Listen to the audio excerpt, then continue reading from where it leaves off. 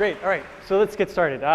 So my name is Erik Dahl. I'm an independent designer and researcher. But today I want to talk about something a little bit different. It's sort of the other half of my design career, which is involved with community development, both with the IXDA at a local level and now at a global level, as well as a conference that I put on and some other things that I do.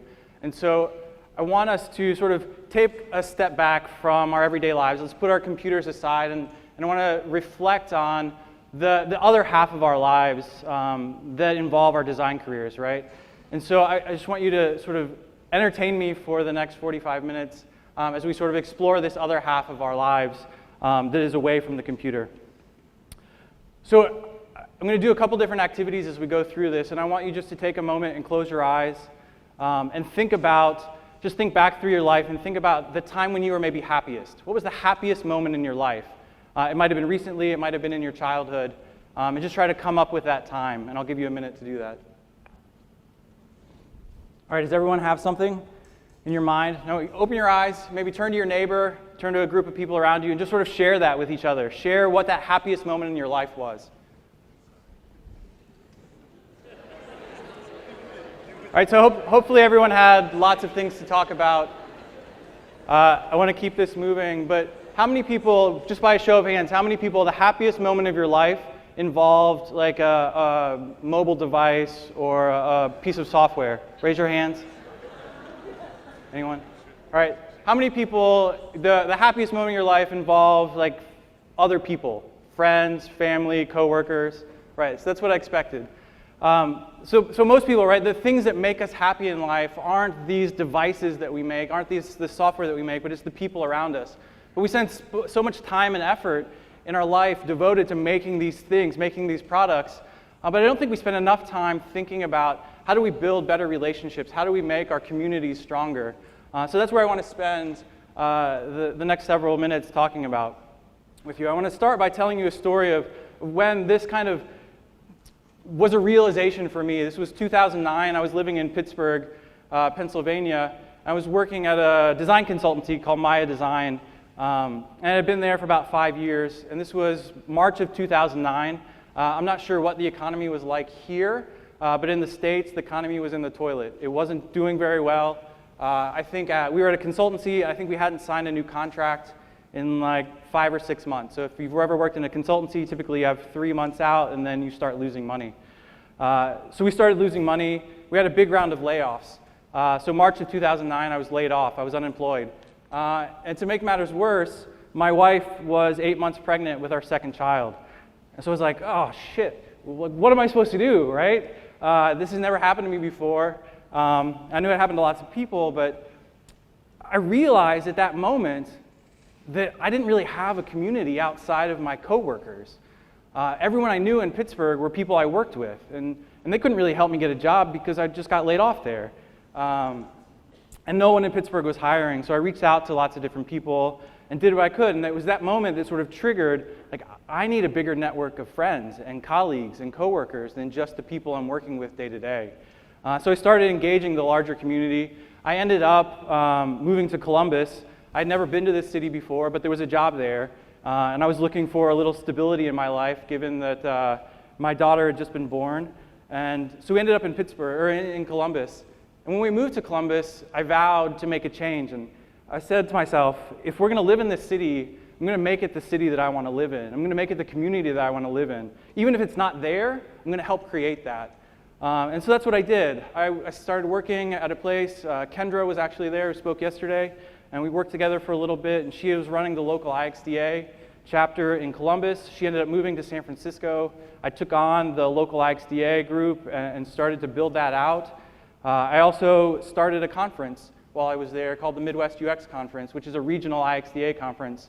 And the reason I called this a homecoming was because the seed of that conference was really planted by what you guys are doing here in South America with Interaction South America. I was at a conference in Interaction in Savannah, and I heard about what you guys were doing down here, and I said, that's what I want to do. I want to have a conference like this in my region to help uplift my region and help people there understand what design is and sort of get the message out and be a platform. So thank you for doing what you're doing down here that inspired me to do what I'm doing in Columbus. So what is a community? Again, I want to tell you a little story about community. So this may look like just a Little League baseball game, but to me, when I look at this picture, I see community. So that's my son there, and that's not me. That's some other guy. I really don't know who he is. He's another dad. But my son's about to go up to bat, and I grew up playing soccer. I didn't play baseball. And so I'm not a really good mentor for him as a baseball coach, right? And so, he's not that great. So this guy just stepped up and he's like, hey, I'm going to give you some pointers and give you some advice and give you some tips on what to do and sort of how to play and how to bat. And so for me, this is community, and this is what it's about. It's about having common values and sort of a shared vision for what you want to do so we can all work together to get someplace that we couldn't otherwise. And so for me, I think of community as essentially a social infrastructure supporting and enabling human action. It's the things that allow us to be better than ourselves. So I think just keep this in mind, this sort of definition of community as we move forward. So before I got into design and technology, I studied anthropology. And so I often see things through the lens of culture. And so not surprisingly, when I think about community, I think about culture as well. So when I think about culture, I think one of the important things to remember is there's this reciprocal relationship. There's this feedback between culture and ourselves. We create the culture that we live in, but that culture also impacts and influences who we are and what we do. So let's talk a little bit about it, just a quick definition of culture. This is from James Spradley.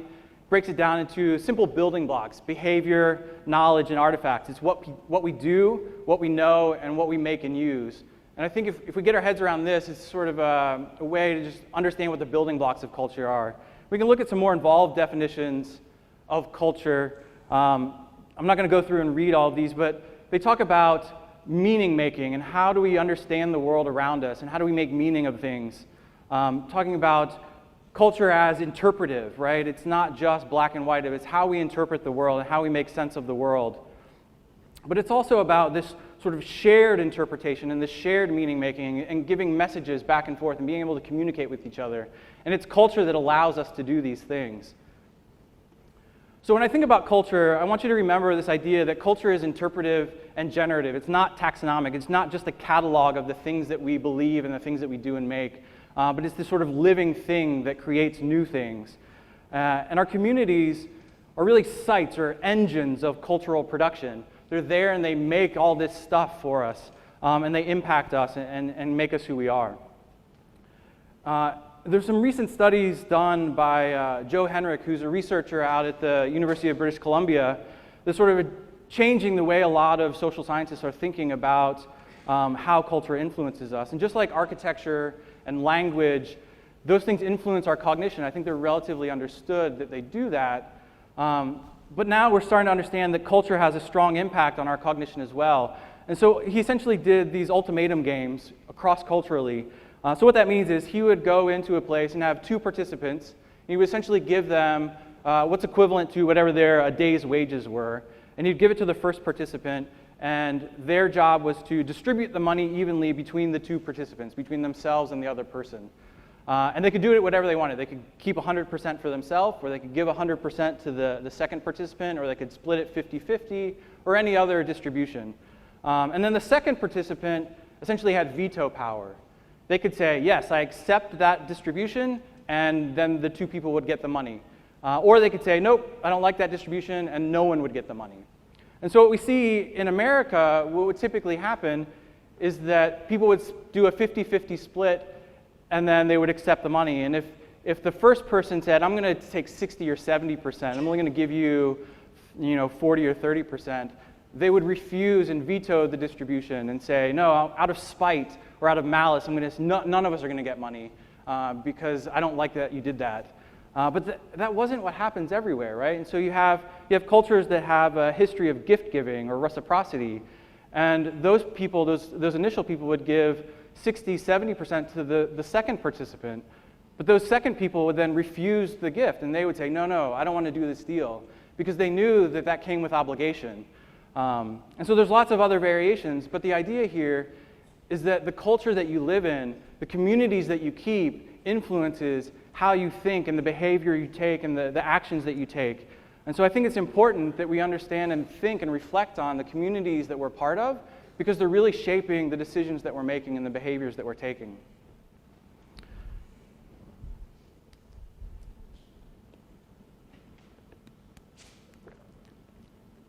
So I want to say a few words about this idea of problem finding as it relates to communities. I'm a big fan of Dan Pink. If any of you have read any of his books, I want to talk a little bit about a passage from his most recent book, To Sell is Human. And I won't make you read it, I'll tell you what it says. But basically, he's recounting a story, a study that was done by Mihai Csikszentmihalyi, who's best known for his book Flow, done in the mid-'60s, where he took a bunch of art students, and he had two tables set up. And he had about 27 objects on the first table. The art students would come in, and their assignment was essentially to draw a still life.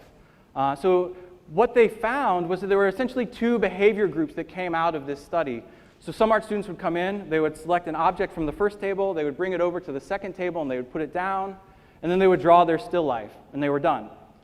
The second group of students had a slightly different behavior. They would come in and they would maybe circle the table, they would pick up the objects, sort of compare them, investigate them, finally select some objects, bring them over to the second table, they'd place them down, maybe rearrange them a little bit, and then they would do the drawing. So ultimately both groups were drawing the still life, but they were doing it in different ways. He called the first group problem solvers, and he called the second group problem finders. And what's interesting is that fundamentally, while the behavior was different, they were asking different questions. The problem solvers were asking the question, how do I do good work? How do I execute a good still life? While the problem finders were asking a slightly different question first. They're asking, what is good work? What is good still life? And then, yes, how do I execute it? How do I draw it? So why do I tell you this, right? What does this matter to us as stewards of our communities? As members of these communities? I think it poses two questions for us that are important to constantly be thinking about and reflecting on. That's how do we craft good communities? But more importantly, what is a good community? What do I want from my community? And how do I want to make this thing to then ultimately make me better? And I don't have the answers for that. I think that's something that we all need to look into ourselves, understand what we want, and then express that out as we jointly make these communities together. All right, so if we could have the lights again, I want to do a quick activity, and I want you to think about, why do you join communities? So there's three questions that I want you to talk to your neighbors about. Why do you join communities? Why do you stay in or leave communities that you're in? And then if you do become a leader in those communities, why did you do that? And if you didn't, what kept you from doing that? So go ahead and turn to your neighbors and sort of talk about those things. Again, it's why did you join? Why did you stay or leave? And then why did you lead or not? And it might be helpful to think about maybe these are professional communities, but it could be otherwise.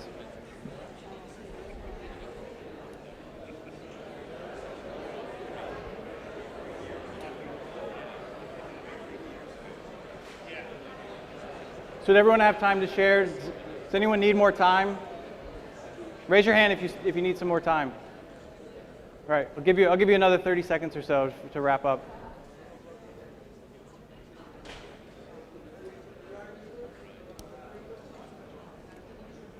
Yeah, so why did you join communities? Why did you stay or leave? And then if you did lead communities, why did you become a leader? And if you didn't, what kept you from being a leader?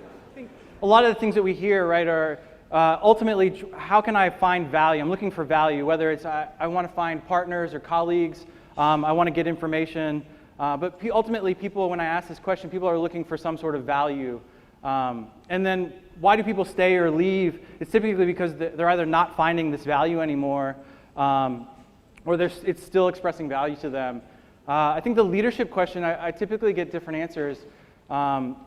And the reason why people don't step up to leadership, a lot of times it's around fear, or it's around people not thinking that they're senior enough to do it, or they don't have enough experience. So I want to talk about some of these things as we move forward with the rest of this talk. So I I want to spend the second half of this talk describing sort of 6 themes that I've seen in the community work that I've done, and we'll go through each one of these, and then we'll wrap things up. So the first one is this idea of moving from a posture of being passive to an active posture and an active engagement with community. And there's a quote by Michael Dahl, and this wasn't specifically about communities, but I think it gets at the idea. We tend to sit back and allow the heroic innovations of others to justify our own creative passivity.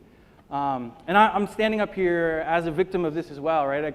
I do this all the time. I consume other people's creativity. We're all doing this, right? We're all sitting in here and listening up to someone talk on the stage. I think it's natural and it's human nature for us to be passive at moments, to consume other people's creativity. But I think there needs to be times in our lives where we're all actively contributing. We're not just sitting back and consuming everyone else's activity, and we're not just passively being consumers of all this stuff, whether it's in our communities or whether it's how we purchase and consume products. I think we need to express our own activity and our own creativity. Otherwise, I think we're just ceding it to other people, and we're not taking our own power into account. So one of the ways that I've done this is, again, to this conference that I started, and it was a way for me. I saw a need in a vacuum, and I didn't want to wait for someone else to do it. I said, this is what I want. This is the community that I want to live in, so I'm going to create this conference. This is a photo from just last month when we had it in Indianapolis. We're going on our 5th year. It'll be in Pittsburgh next year. And it's amazing that people come out to this. I'm still amazed every year that we sort of do this thing and people enjoy it. But one of the things I want you to take away from this is that it's a conference and it's in its 4th year, but when it started, like, we had nothing. We bootstrapped it. We found a venue that was essentially free. There were times where we were afraid we were going to finish and we were going to have credit card debt because we had to pay for everything ourselves initially before we got money coming in. But you can do these things, right? Start small and grow it. You don't have to start big, right? So take these incremental steps to get where you want to go. A friend of mine in Pittsburgh started what's called the Bearstown Social Club, and this looked great. But it really all it is just some lights and some picnic tables in an empty lot between 2 warehouses. And they set this up and just put up sort of a fence, and they sold $5 memberships, and you can come in and you can drink beer in there, bring your own beer in. They have food trucks that come. But it's just a way to sort of bring the community together, and it didn't exist, and so he said, I'm going to create it, and I'm going to make it. And there's really very little overhead to it, but he's creating the community that he wants to live in. And I think that's what we all need to do, is to create our own path and make the world that we want to live in. But one of the things that is required of us if we want to do that is we have to have a vision for the future that we want to live in. And without that vision for the future, it's really hard to sort of make your own path. It's sort of hard to move forward. And I think Christina talked about this yesterday with her OKRs, right? What's your mission? What's your North Star? What do you want to do with your life? And I would sort of reframe that question and ask you, what do you want your communities to be like? What is it that they're not doing now that you want them to be? And I would challenge you to think about that and answer those questions, and then try to move forward and make the communities that you want to live in. So I'll give you a minute or two, again, to sort of want to share this with your neighbors. If you have a vision for the future that you want to create, take a minute and share it with your neighbors. And if you don't, that might be something that's hard. Then ask the question, what's missing in your current community? What are your pain points? What do you wish you had that you don't currently have? So take a minute and share that again with your neighbors.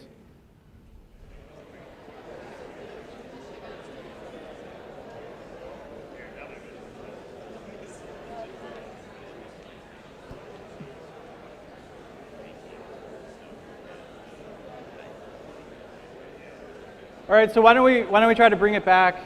And I know that's not enough time to sort of dig into all of these things, but maybe you had an opportunity to hear a spark of someone's idea for their future, or maybe you had a chance to start to share some of the problems that you see with your own communities, that maybe we can continue this conversation on the break and in the hallway and after the conference. So great. So now we have this vision for the future maybe, or at least we know some problems that we want to resolve. We want to change our behavior and do something different. But that change is not always easy to do.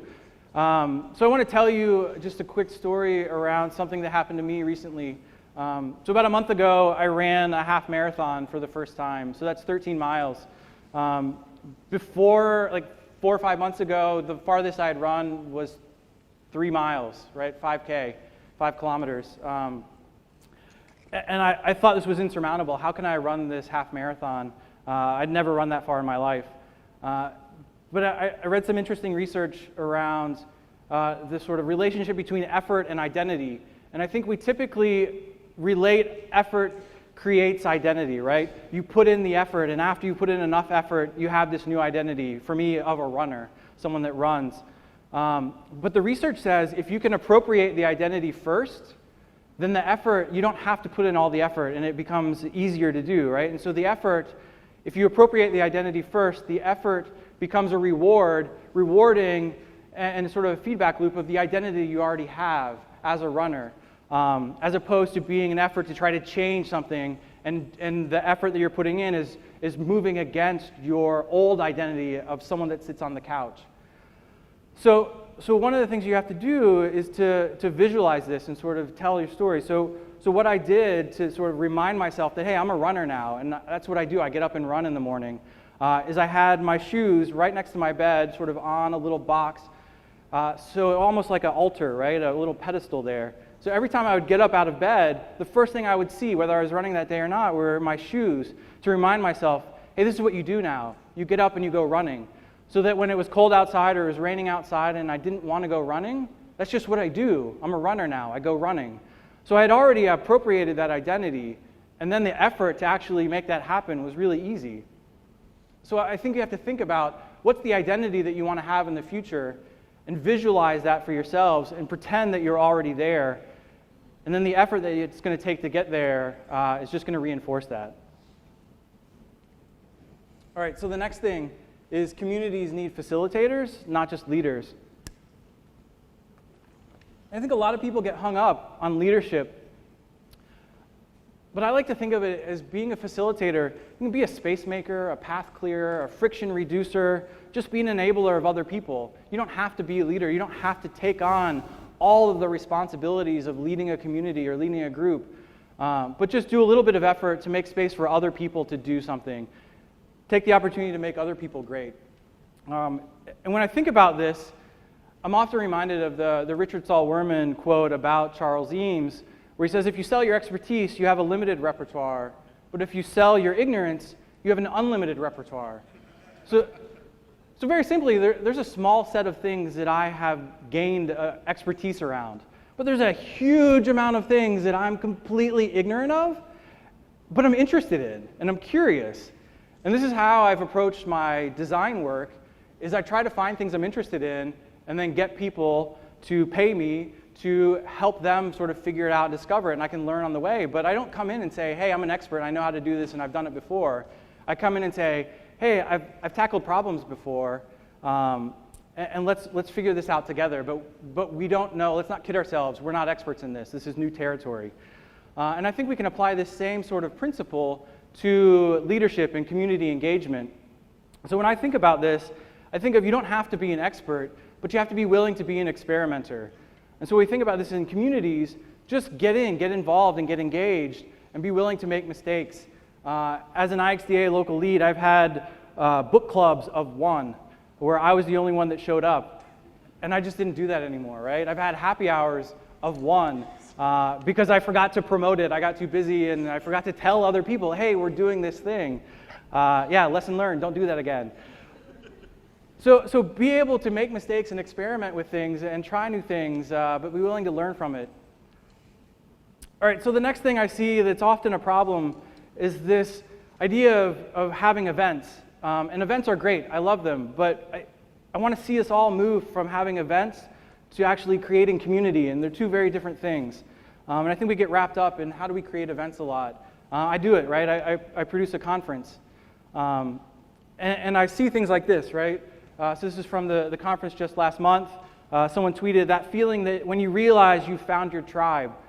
And for me, when I see tweets like this, like, it's hard for me not to get worked up, because this is exactly what I want people to feel, and I hope that some of you are feeling this as well when you're here this weekend, feeling it and finding your tribe, finding the other people that think like you, right? You're not alone out there. But what happens, right? What happens on Monday when you're not at the conference anymore? So maybe you get something like Jack's tweet here where he's enjoying friendships that he's cultivated over the years in the Midwest UX community and making new ones this year. Well, that's great, but a year is a long time to wait to engage your community again. So this is something that I struggle with, and I don't have the answers yet, but this is something that I'm struggling with, trying to figure out how do we move from these events, these isolated things, to actually having a sustained community over the course of the entire year where we can have conversations. So one of the simple things that we've done with the local IXDA group is we just created a Facebook group where people can have conversations. And I'm ashamed to say that I probably stood in the way of this happening for at least a year or more because it didn't make sense to me. This wasn't how I used Facebook. But a lot of the community was in Facebook all the time. And so we added a group, and all of a sudden, people were getting jobs, people were connecting, people were sharing ideas, people were asking for advice and getting responses, people were sharing articles and communicating with each other outside of the monthly events that we had. So this has been great for the community. It's been a great way to pull new people in and get them to understand what are we about and what's okay, and how do we relate to each other outside of just the events that we have. So the next topic is build relationships and networks. And I think this is what we need to do as we try to move from having events to actually having communities. This idea of networks is you have all these people, right? And the power comes from the relationships between all these people, not just the people that are individuals, not just the nodes in the network, but those strings, those relationships that we have. So while we have a lot of events, sort of at the local IXDA level or any other sort of organization you might be involved with, I oftentimes think we're not doing enough to promote the relationships and to build connections between people. We come up and we have speakers and they give a lecture, or you have a workshop and you run through and you learn something, which is great. But are we creating the space to really build those connections and build those ties between people? And I'm not sure that we always are. So Give and Take is a project up in Minneapolis where they're trying to build sort of communities. It's not a design-related thing, but they say communities are more than the sum of the institutions and infrastructures. They're the sum of their relationships. And I think this really brings it home. We have to focus, as we're building these communities, focus on making connections between peoples, not just making or pushing content out to everybody so that we can learn something. So how do we do this, right? I think we have to create spaces for other people to connect and grow. I think we do that by fostering openness, participation, and opportunities for others, right? As someone you're creating a group, you really have to think about others first, and how can we create opportunities for those other people? And I think to do that, we have to come at it from a place of humility and be humble and say, I'm curious about you and I want to learn about you. Tell me about yourself, and not just going in and telling someone about who you are and what you do. So I think these are the places, sort of the orientation that we need to have to start to build these relationships. So the fifth one is this idea of emergence. And it sort of comes in two flavors. One is we can't over-design, we can't over-control the things that we create, and we need to sort of meet people where they are. So the first one, I think of this idea of naked streets, which is these places are popping up all over the place, right? This one is in Holland. There's one that's being proposed in Chicago now. And the idea is that it's a shared space, essentially. There aren't strict boundaries between the sidewalk, pedestrian space, and the cars where they drive, and the bicycles. And there's also no signs and no stoplights. And so people have to be mindful. They're not ceding their responsibility to the infrastructure of control. They have to take that responsibility on themselves. And I think that's important. And what we've seen from a lot of these studies and a lot of these actual projects is that there's less congestion, there's higher throughput, there's the same safety levels or even higher safety levels as there were before. And it's just a much more pleasant space to live. But these places aren't undesigned, right? There's a lot of thinking and a lot of planning and a lot of design that goes into them, but they come from an orientation of not controlling the community, not controlling what's happening, but let what's going to happen, and sort of get out of the way. Enough design to get out of the way and let people live their lives. And I think this is sort of the orientation we need to have when we think about our communities and how do we create our communities. Let people do what they're going to do, but create the space for them to do that. The second thing is meet people where they are. When I ran a software design studio for the last couple of years in Columbus, we had an event called Open Office Hours, where every Thursday from 4 to 6, we would open the doors and we would invite the public to come in, and they would come in and they would just talk design. Maybe they'd have a prototype that they wanted us to vet. Maybe they had an idea that they wanted us to get their opinion on. Maybe they were stuck on a specific design problem and they wanted some advice. And we weren't trying to get new clients.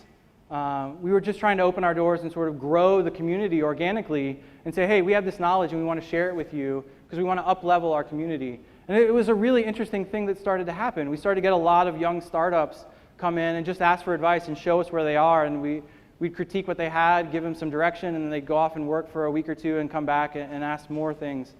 And we also had independent designers coming in to the office hours just to collaborate and talk about design and see new projects that maybe hadn't seen before and contribute to those, all sort of with the effort of how do we make all of this better? How do we improve everyone's lives? How do we improve everyone's work? Not what can I get out of it? And we did that because we met people where they were. We didn't ask anything of them. We just said, what are you doing? What are you working on? And how can I help? And I think if we take that orientation towards the communities that we live in, we can do a lot of great things. So the final thing that I want to talk about is this idea that this community stuff, it's hard. It takes time. There's no quick fix. There's no silver bullet. There's no like magic fairy dust that can sprinkle on a community and all of a sudden, we have all these bonds and networks and everything's happy. It takes a lot of effort to do this, and so you have to be willing to sort of put in the time and effort to build relationships. And one of the things, I think it was Christina Woodkey turned me onto this a while ago, but I found Amy Jo Kim's models of cooperative gaming, and I've started exploring this, and what can we learn from cooperative gaming that can teach us about community development and community building. And she has a lot of models. I'm only going to go through one here, where she's talking about sort of the stages of the life cycle of a player in this sense. So you have visitors, you have a novice and a regular, and then a leader and an elder. And then she's revised this model to talk about sort of 3 stages of newbies, regulars, and enthusiasts. You need onboarding, habit building, and mastery is what they're looking for at each of these stages. So I'm like, oh, this is really interesting. How can I map this to the community work that I'm doing? So we take these players and we take these stages, and then she goes through and talks about some of the needs they have at each of these levels. And I think as local leaders and community developers, we do a really good job, and we sort of focus our energies here on creating content. How can we create content for our communities? How can we teach them and sort of up-level the skill set of the practitioners in our communities? But I think we forget a lot about, hey, there's a lot of new people. If we don't have new people coming into our communities, they're going to die soon. So we have to make sure that we're paying attention to those new people and understand and communicate what are our goals, what are we trying to achieve here, what's the purpose, and make them welcome. And I think we can't also forget sort of these leaders and that are looking for mastery. Are we giving them a path to evolve and sort of grow so that they don't say, hey, I'm not learning anything in this local community anymore, so I'm just not going to show up to the meetups anymore. But it's those people that have been around for a long time that have the knowledge that need to share with the rest of us and produce that content and welcome those newbies in. So we have to make sure that we're doing stuff to keep those elders around and engaged in the communities, and they're not just drifting off and doing their own thing. So with that, these are the sort of 6 guiding principles, if you will, of designing our communities. Take an active role in the things that you're doing. Don't just be a passive consumer of other people's effort. Be a facilitator of other people's success. Put other people before yourself and find a way to make them better. Try to drive beyond events to actually creating community. Focus on relationships and networks and building those out. And then allow for support and emergence. Don't just create these control structures, and don't let yourself get in the way of what the community wants to do. And all this soft skills and soft work, it's really hard, and it takes time. So understand that it's not going to turn around and sort of have a change right in the first couple months. So I want to leave you with this. If you take away one thing, right? What you give is what you get. So please give more than you take. And I think if we do that and we sort of live by this mantra, we'll all have stronger communities in the end. So thank you.